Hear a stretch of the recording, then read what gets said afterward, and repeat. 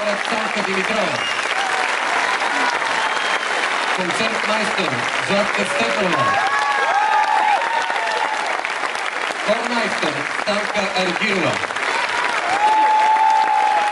Диригент на оркестъра Никола Паскалев.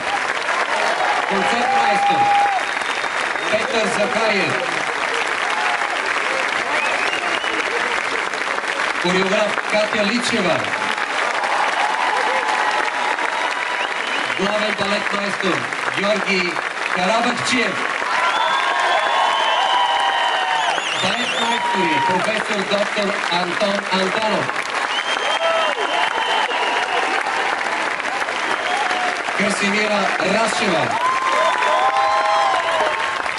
и Димо Енев.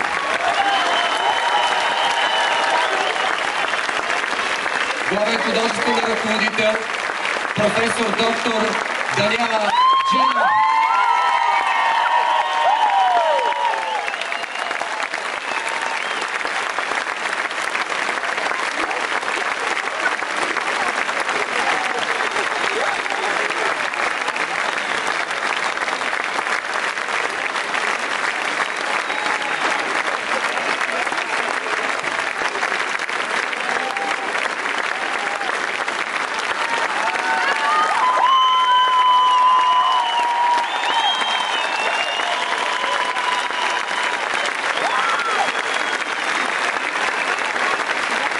Цветя и поздравителен адрес от президента на Република България, господин Росен Плевнелиев.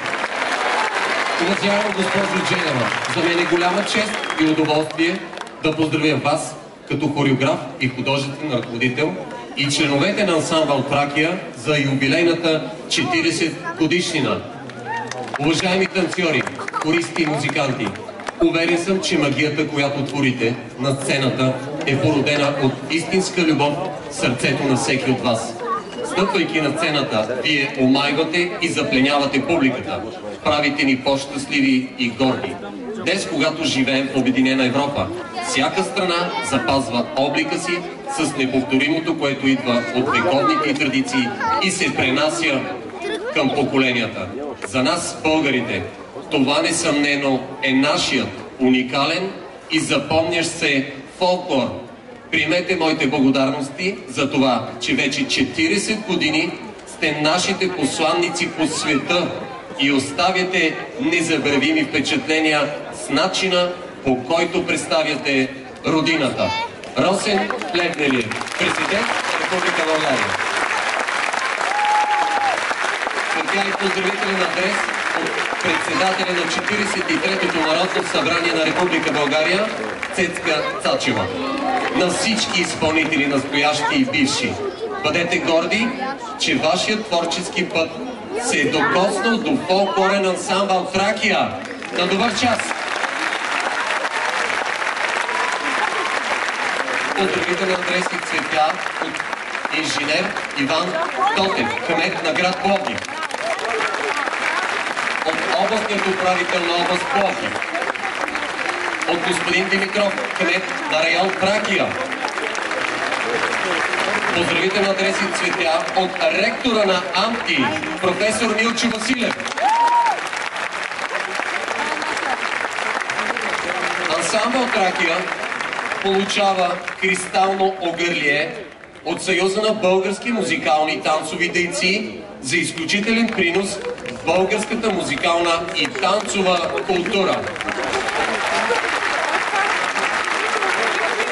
Цветя е поздравителен адрес от господин Георги Гергов, почетен консул на Русия в Пловдив.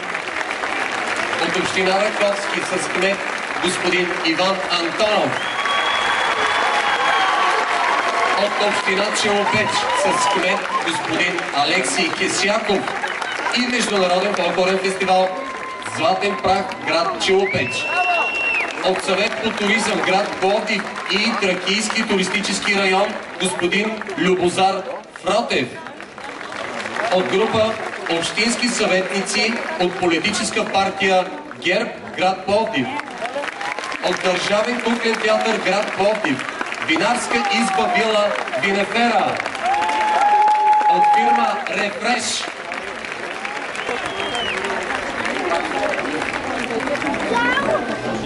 От ансамбъл Пазарджик. Разбира се, от ансамбъл Тунча. Светя и поздравителни адреси от ансамбъл Пирин. От ансамбъл Дунав град Видин. От ансамбъл Сливен. От Националното училище за танцово изкуство град София. От 144-то СОУ Народни будители София. От ансамбъл Родопа Смолян.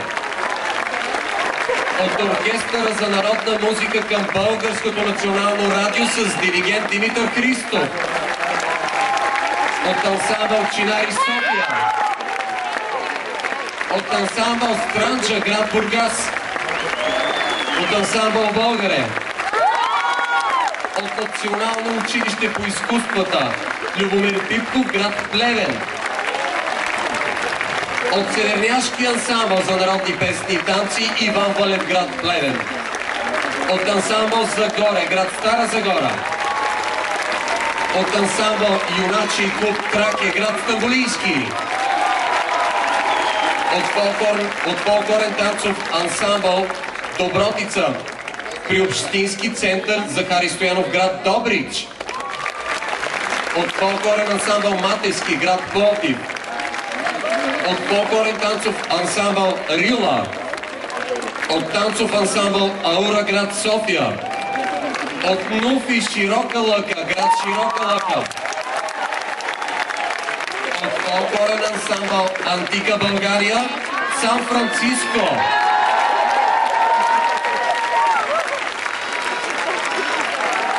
От танцов състав Зора и фолк фитнес при Народно читалище Зора Дупница. От фолклорен ансамбъл Етноритъм и семейство Борисови.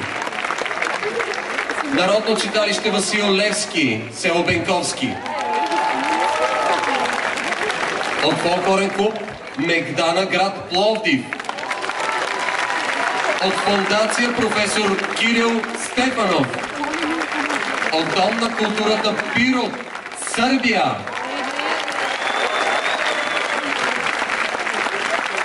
Букети и цветя от Пепа Василева, бивш главен счетоводител на ансамбъл Тракия. От Елеонора и Мариан Василеви и Ели и Димитър Манов. От Красимира и Тодор Бачварови. Дами и господа, заповядайте отново утре, 3 август, тук на сцената на Античен театър град Пловдив, където в 20 часа ще бъде открито 21-то издание на Международният фолклорен фестивал Пловдив 2015. До нови срещи! Фолклорен ансамбъл